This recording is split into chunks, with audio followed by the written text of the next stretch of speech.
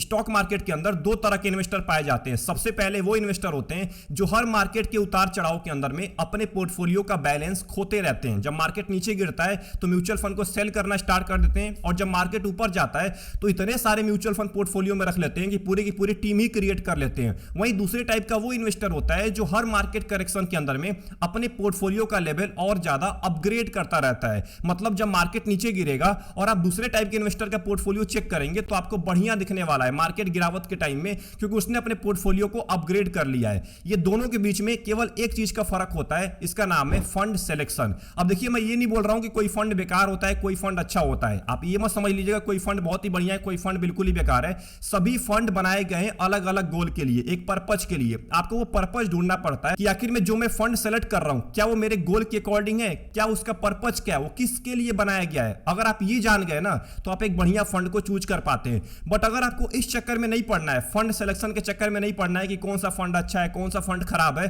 तो आप एक ऐसे फंड की तलाश में रहिए जो बैलेंस्ड अप्रोच अपनाता हो। मतलब वो large cap, mid cap, small cap तीनों कंपनीज के अंदर आपके पैसों को इन्वेस्ट करता है। यहां पे ज्यादा सोचने की जरूरत नहीं पड़ती है कि मैं लार्ज कैप में जाऊं कि मिड कैप में जाऊं कि स्मॉल कैप में जाऊं। यहां पे सिंपल एक फंड चूज करना होता है जो आपके पैसे को ओवरऑल मार्केट के अंदर यानी कि भारत की टॉप 500 कंपनी के अंदर इन्वेस्ट कर रहा हूं। इसमें से ही एक आज बेहतरीन कैटेगरी के बारे में आज हम बात करने वाले हैं जिसका नाम है मल्टी कैप म्यूचुअल फंड। अब देखिए, अभी के टाइम में स्टॉक मार्केट की क्या हालत है ये आप सभी लोगों को पता है। पिछले एक साल के अंदर में मार्केट ने कुछ आपको रिटर्न दिया ही नहीं है। स्पेशली अगर हम बात करें स्मॉल कैप और मिड कैप के इन्वेस्टर्स की, तो उनका पोर्टफोलियो अभी भी माइनस में चल रहा है, जो पिछले एक साल से पैसा इन्वेस्ट कर रहे हैं स्मॉल कैप और मिड कैप के अंदर। अब पिछले एक महीने की बात करें तो स्मॉल कैप लगभग 4-5% यानी कि 5% से भी ज्यादा नीचे गिर चुका है, एंड मिड कैप लगभग 3-4% नीचे गिरा हुआ है। इसका मतलब एक भारी गिरावट आपको देखने को मिल रहा है। पोर्टफोलियो पूरी तरीके से रेड में चल रहा है बहुत सारे स्मॉल कैप और मिड कैप इन्वेस्टर्स का।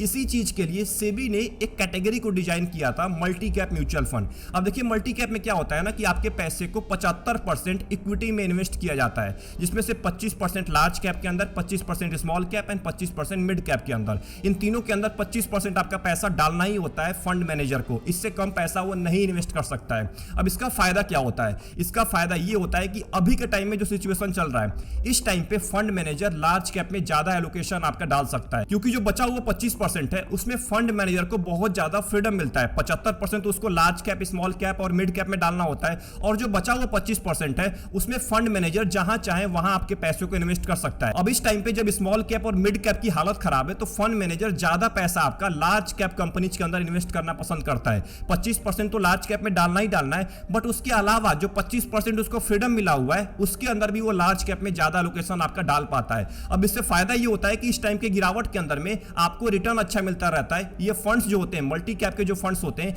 ये सबसे कम नीचे गिर रहे होते हैं। तो इसी multi cap mutual fund category के आज हम 3 म्यूचुअल फंड के बारे में बात करने वाले हैं। एक बात का ध्यान रखिएगा, अगर इनमें से कोई भी मल्टी कैप आपको पसंद आता है तो सबसे पहले अपना खुद का रिसर्च कर लीजिएगा, क्योंकि मैंने आपको पहले ही बता दिया है फंड सिलेक्शन की वजह से आप अपना पोर्टफोलियो अच्छा बिल्ड नहीं कर पाते हैं। तो फंड सिलेक्शन अपने गोल के अकॉर्डिंग करिएगा। मेरी बात मान के या किसी और की बात मान के आपको फंड सेलेक्ट नहीं करना है। जो आपके गोल के हिसाब से मैच कर रहा हो, केवल उसी फंड के अंदर आपको पैसा इन्वेस्ट करना है। तो मल्टी कैप कैटेगरी के अंदर पहला म्यूचुअल फंड है Nippon India multi cap mutual fund. इसका फंड साइज है 45,000 करोड़ का एंड एक्सपेंस रेशियो है 0.7% का। निपॉन इंडिया मल्टी कैप ने पिछले एक साल के अंदर में लगभग 2.3% का रिटर्न दिया है। कैटेगरी एवरेज और बेंचमार्क दोनों को बीट कर दिया। इसका बेंचमार्क है निफ्टी 500 मल्टी कैप 50:25:25। ये इसका बेंचमार्क होने वाला है। 2 साल की बात करें तो लगभग 21.5% का रिटर्न दिया है। यहां भी कैटेगरी एवरेज और बेंचमार्क दोनों को बीट कर दिया है। 5 साल की अगर बात करें तो सबसे इंपॉर्टेंट है, 5 साल के अंदर में लगभग 31% का रिटर्न दिया है। यहां भी बेंचमार्क और कैटेगरी दोनों को बीट कर दिया है। आप इस ग्राफ के अंदर साफ साफ देख सकते हैं। एंड अगर लंबे टाइम की बात करें यानी कि पिछले 12 साल की बात करें तो लगभग 17% का रिटर्न दिया है। यहां भी बेंचमार्क और कैटेगरी दोनों को आसानी से बीट कर दिया है। निपॉन इंडिया मल्टी कैप में अगर आप 10,000 रुपए का लमसम स्टार्ट किए होते 2013 के अंदर में, तो इसकी वैल्यू 71,000 रुपए से ज्यादा हो जाती। लगभग आपको 17% का एनुअल रिटर्न दिया है। 10 साल की बात करें तो लगभग 15.5% का एनुअल एनुअल रिटर्न है 3 नंबर पे रैंक कर रहा है कैटेगरी के अंदर, 5 साल के अंदर में 1 नंबर पे रैंक कर रहा है कैटेगरी के अंदर, 3 साल की बात करें यहां पे भी 2 नंबर पे रैंक कर रहा है, 2 साल के अंदर में 5 नंबर पे रैंक कर रहा है, एंड पिछले 1 साल की बात करें तो कैटेगरी के अंदर 7 नंबर पे रैंक कर रहा है। आसानी से अपने कैटेगरी एवरेज को बीट कर दिया है पिछले 1 साल के अंदर में। वहीं अगर इसके एसआईपी के बारे में बात करें तो आप केवल 1000 रुपए के एसआईपी स्टार्ट किए होते आज से 10 साल पहले तो इसकी वैल्यू 3,40,000 रुपए हो जाती और लगभग आपको 19.5% यानी कि लगभग 20% के आसपास इसने एनुअल रिटर्न दिया है एसआईपी के अंदर में। सबसे important Nippon India multi cap के पोर्टफोलियो के बारे में बात करें तो इक्विटी के अंदर 98% आपका पैसा इन्वेस्ट किया जाएगा। कंपनीज यहां पे 130 होने वाली है, नंबर ऑफ स्टॉक्स 130 होने वाले। लार्ज कैप की कंपनी सबसे ज्यादा है लगभग 31%, मिड कैप की लगभग 20% है एंड स्मॉल कैप की लगभग 15%। तो यहां पे साफ साफ दिख रहा है कि लार्ज कैप और मिड कैप में यहां पे ज्यादा एलोकेशन है। ऑब्वियस मैं आपको पहले ही बता चुका हूं, अभी मार्केट नीचे गिर रहा है तो लार्ज कैप में ज्यादा एलोकेशन लेके बैठा हुआ है फंड मैनेजर। वहीं अगर इसके टॉप 10 स्टॉक्स के बारे में बात करें तो एचडीएफसी बैंक आपको सबसे ऊपर दिखेगा जिसका लगभग 5.5% का वेटेज है, एक्सिस बैंक का लगभग 3.5% का वेटेज है, उसके बाद GE&T इंडिया लिमिटेड है इसका लगभग 3.5% का वेटेज है, आईसीआईसीआई बैंक है जिसका लगभग 3.5% का वेटेज है, रिलायंस भी आपको देखने को मिल रहा है इसका लगभग 3% का वेटेज है। तो ऐसे करके चेक कर सकते हैं टॉप 10 स्टॉक्स के बारे में, इसमें आपको सबसे ज्यादा लार्ज कैप कंपनी दिखने वाली है अभी के टाइम में। एंड आखिरी में सबसे important Nippon India multi cap के रिस्क रेशियो के बारे में बात करें तो स्टैंडर्ड डेविएशन देखिए यहाँ पे केवल 12 का है, वहीं कैटेगरी एवरेज का 12 से ज्यादा है। इसका मतलब इसके अंदर वोलेटिलिटी आपको बहुत ही कम देखने को मिलेगा कैटेगरी एवरेज के मुकाबले। बीटा देखिए 0.92 का है, कैटेगरी एवरेज से कम है एंड 1 से कम है। इसका मतलब ये कैटेगरी एवरेज के मुकाबले कम नीचे गिरने वाला है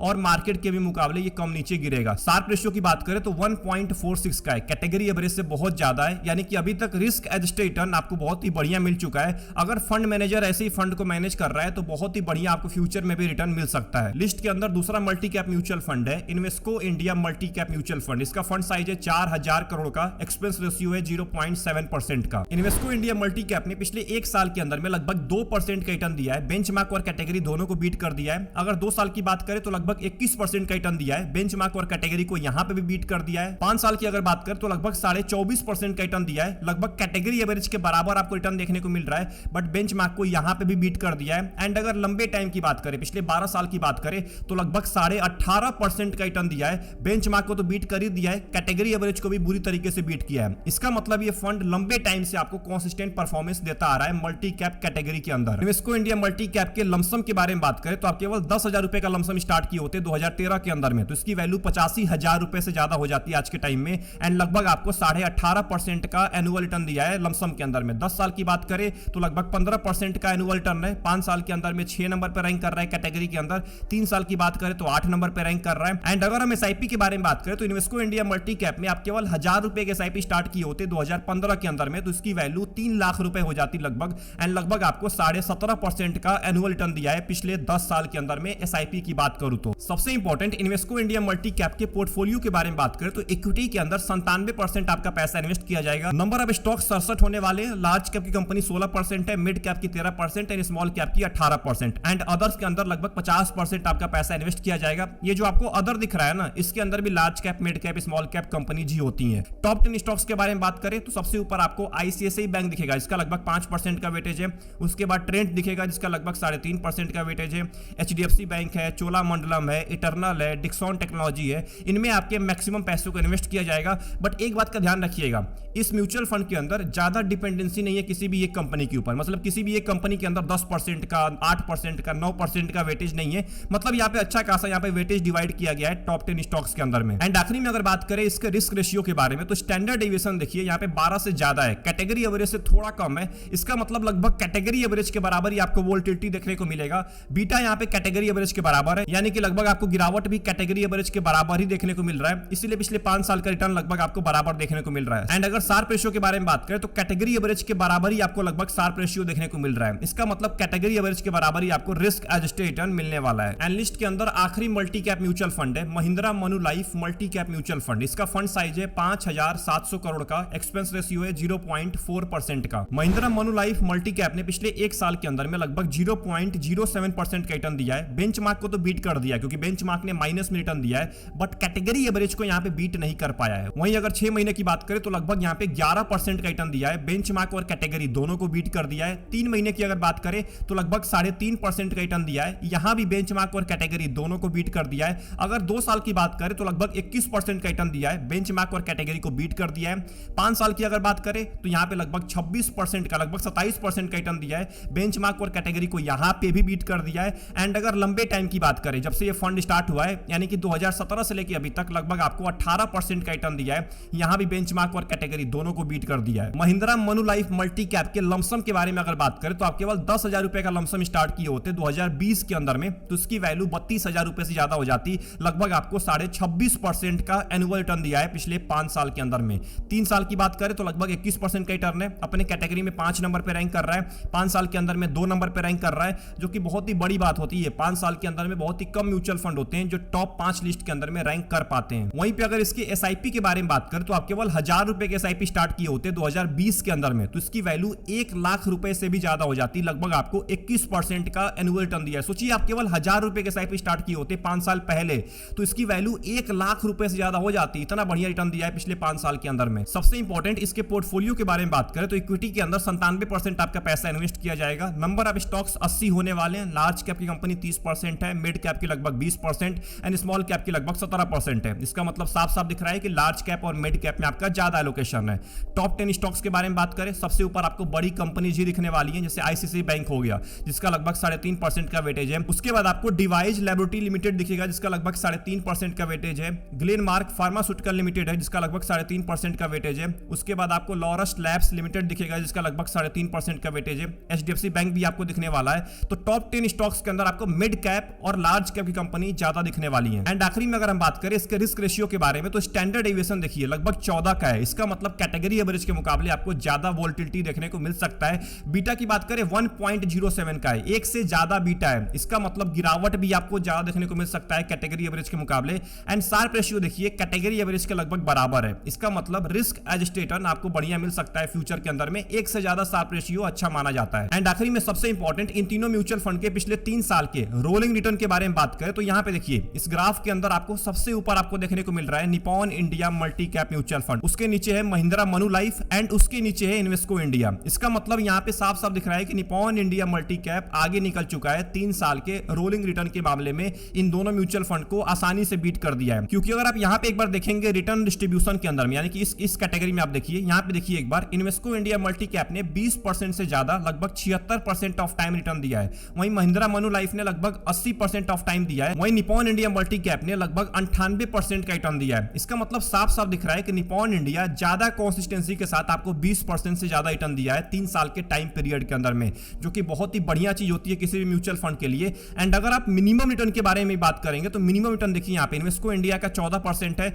महिंद्रा मनुलाइफ का 13% है, बट निपॉन इंडिया का लगभग 19% का मिनिमम रिटर्न है। मतलब कम से कम आपको 18% का रिटर्न दिया है, इससे कम रिटर्न नहीं दिया है, जो कि एक और ही बढ़िया चीज आपको दिखा रही होती है। वहीं अगर मैक्सिमम रिटर्न के बारे में बात करें तो यहां भी निपॉन इंडिया मल्टी कैप आगे निकल जा रहा है। इसका मतलब कुल मिला के रोलिंग रिटर्न के मामले में निपॉन इंडिया मल्टी कैप आगे निकल चुका है इन दोनों म्यूचुअल फंड के मुकाबले। तो यहां तक इन तीनों मल्टी कैप को अच्छे से एनालाइज करने के बाद जो फाइनल विनर निकल के आ रहा है वो निकल के आ रहा है Nippon India multi cap mutual fund. अब इसका मतलब ये नहीं है कि जो बाकी के 2 मल्टी कैप वो बिल्कुल ही बेकार है, वो दोनों ही मल्टी कैप ने लंबे टाइम से आपको कंसिस्टेंट परफॉर्मेंस दिया है, अपने बेंचमार्क और कैटेगरी एवरेज को तीनों ने ही बीट किया है। तो मैं ये नहीं बोल रहा हूं कि निपॉन इंडिया अच्छा है और ये दोनों म्यूचुअल फंड बेकार है। इन तीनों म्यूचुअल फंड को कंपेयर करने के बाद इसमें सबसे बढ़िया है Nippon India multi cap mutual fund. अब आपका डिसीजन है कि आप कौन से मल्टी कैप के अंदर पैसा इन्वेस्ट करते हैं। इन तीनों मल्टी कैप को अच्छे से रिसर्च कर लीजिएगा और रिसर्च करने के बाद ही आपको पैसा इन्वेस्ट करना है, आंख बंद करके आपको पैसा नहीं इन्वेस्ट करना है किसी भी मल्टी कैप के अंदर। अगर आप चाहते हैं अपने पोर्टफोलियो के अंदर एक ऐसे म्यूचुअल फंड को रखना जो बिल्कुल ही बैलेंस है, मार्केट गिरे तो ज्यादा नीचे ना गिरे और मार्केट ऊपर जाए तो आपको बढ़िया रिटर्न भी दे, तो आप जा सकते हैं मल्टी कैप म्यूचुअल फंड के अंदर। आप इन तीनों म्यूचुअल फंड में से कोई भी म्यूचुअल फंड में पैसा इन्वेस्ट कर सकते हैं अपने गोल के अकॉर्डिंग। अगर गोल से मैच हो रहा है तभी पैसा इन्वेस्ट करिएगा। आई होप आपको ये पूरी वीडियो पसंद आई होगी। इस पूरे वीडियो से अगर आपको कुछ भी सीखने को मिला है, वीडियो को लाइक कर दीजिएगा एंड चैनल को जरूर सब्सक्राइब कर लीजिएगा। बहुत सारे लोग सब्सक्राइब नहीं करते हैं, केवल वीडियो वॉच करके चले जाते हैं। अगर आपको फ्यूचर के अंदर में ऐसे ही अच्छा एनालिसिस वीडियो चाहिए तो चैनल को सब्सक्राइब करना मत भूलिएगा। मिलते हैं एक और इंपॉर्टेंट वीडियो में एक और इंफॉर्मेटिव टॉपिक के साथ। अगर आपके कोई डाउट चल रहे हैं तो कमेंट बॉक्स के अंदर टाइप करना मत भूलिएगा। अपना ध्यान रखिए, best of luck, take care.